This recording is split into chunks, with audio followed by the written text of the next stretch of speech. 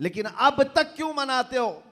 जवाब सुनो मेरे अजीजों, इसलिए कि आम लोगों की बात अलग है, मुस्तफ़ा की बात अलग है। वो आम लोगों में से नहीं है। इस पूरी कायनात में मैं एक मिसाल आपको देता हूं, चाहे हमारे इस स्टेज की मिसाल ले लो, इस पंडाल की ले लो, या किसी की शादी की मिसाल। किसी के यहाँ शादी हो रही है, आपके भाई की, बहन की, किसी की भी, हॉल बुक किया आपने, पूरा सजाया, लाइट लगाया और बहुत कुछ आपने सजावट के साथ, कुर्सी रखी, मिंबर सजाया, दावत दिया, बारातियों को बुलाया, और उसके बाद हुआ क्या? शाम तक ये महफिल चलती है। या मुंबई में रात की शादियां होती हैं। जब महफिल खत्म हो जाए तो सारी चीजें उठा ली जाती हैं, यानी जो जो सजाया गया था वो सब उठा दिया जाता है। कुर्सियां भी हट जाती हैं, बाराती भी चले जाते हैं, कुमकुमे लगे थे, लाइटिंग लगी थी, झूमर लगे थे, वो सब निकाल लिए जाते हैं। पूछो हॉल वाले से, क्यों?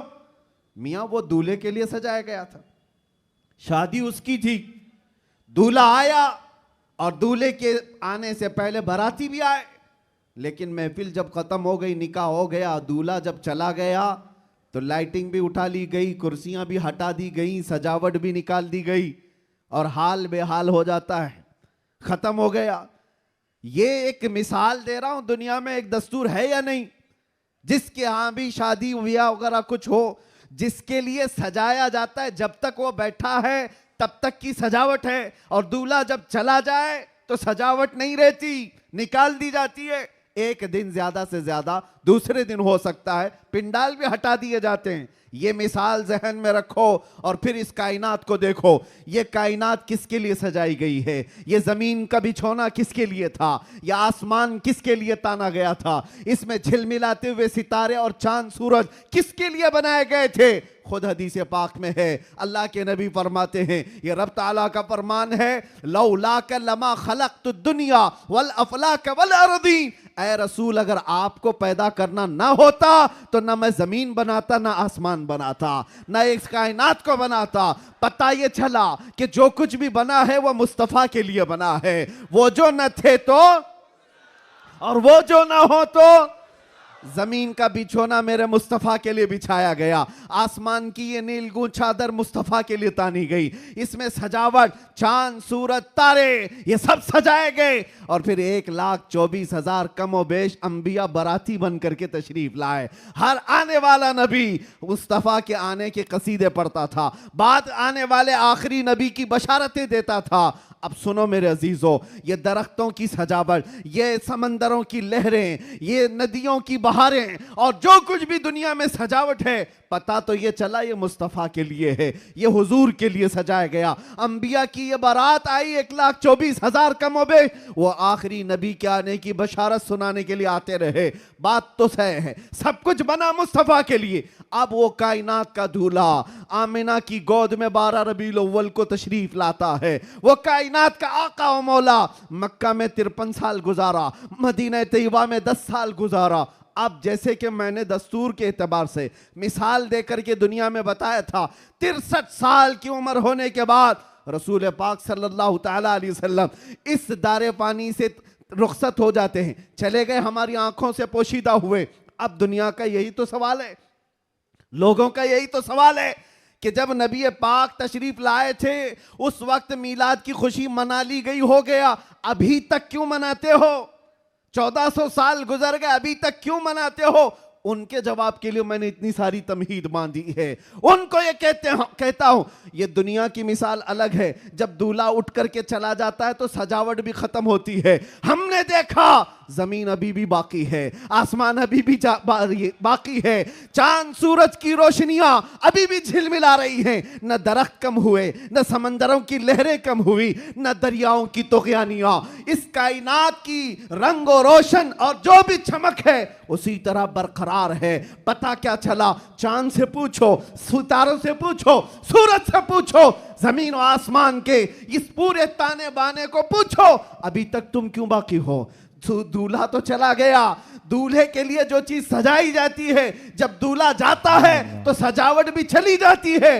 इनसे पूछो अभी तक तुम क्यों बाकी हो। जमीन भी तुम्हें थप्पड़ मार कर कहेगी, आसमान भी पुकार कर कहेगा, नादान तू क्या समझता है, उस रसूल पाक को चले गए नहीं गए, तू जिंदा है वल्लाह, तू जिंदा है वल्लाह, मेरी चश्मे आलम से छुप जाने वाला। सुभान अल्लाह, सुभान अल्लाह। नारे तकबीर, नारे रिसालत, सरकार की आमद, सरकार की आमद। ये कायनात की सारी रोशनियां ये बताती हैं सूरज बाकी है, चांद बाकी है, सितारे बाकी हैं। बाकी दिखते हैं कि नहीं दिखते? जिनको नहीं दिखते उनसे हमारा कलाम भी नहीं। जिनको दिख रही ये सारी चीजें, उनसे मैं कह रहा हूं ये सारी चीजें चमक चमक चमक करके तुम्हें बता रही हैं दूल्हा सिर्फ छुपा है, गया नहीं है। बेशक, सुभान अल्लाह। कायनात का आका पर्दा अपने चेहरे पर डाल दिया, या फिर ये तकाज़ा बशरियत है वादा इलाही के मुताबिक। लेकिन मेरे अजीजों, इसीलिए आला हजरत ने क्या कहा, मेरी चश्मे आलम से छुप जाने वाले, चश्मे आलम से छुपा है। इसका मतलब ये नहीं है जैसे दुनिया का दूल्हा उठ करके चला गया तो सजावट भी चली जाएगी। ये कायनात का आका और मौला आज भी मदीना तैयबा से वो सल्तनत चला रहा है जिसको कहते हैं मेरे अजीजों, आज तक हमारे दिलों पर, हमारी रूहों पर कोई दूसरा राज नहीं कर सका। वो कोई और होंगे जो किसी के आगे पीछे घूमते होंगे, लेकिन सच बताऊं करोड़ों मुसलमानों पर आज भी जिसकी हुक्मरानी है उसको कहा जाता है आई नई हुकूमत सिक्का नया चलेगा, आई नई हुकूमत सिक्का नया चलेगा। आलम में रंग बदला सुबह शबे विलादत, सुभान अल्लाह। हुजूर की विलादत की सुबह से जो हुक्मरानी तब्दील हुई है वो क़यामत तक नहीं बदल सकती। हाँ, इलेक्शन सिलेक्शन ये सब चलते रहेंगे, रूहों पर और दिलों पर जिसकी हुक्मरानी है वो ताजदार मदीना सल्लल्लाहु अलैहि वसल्लम की है, आकाए कौनैन की है। इसीलिए मेरे मुर्शिद गिरामी हुजूर सय्यदी ताजुल शरिया रहमतुल्लाह ताला अलैह फरमाते हैं, जहां बानी अता कर दें भरी जन्नत हिबा कर दें।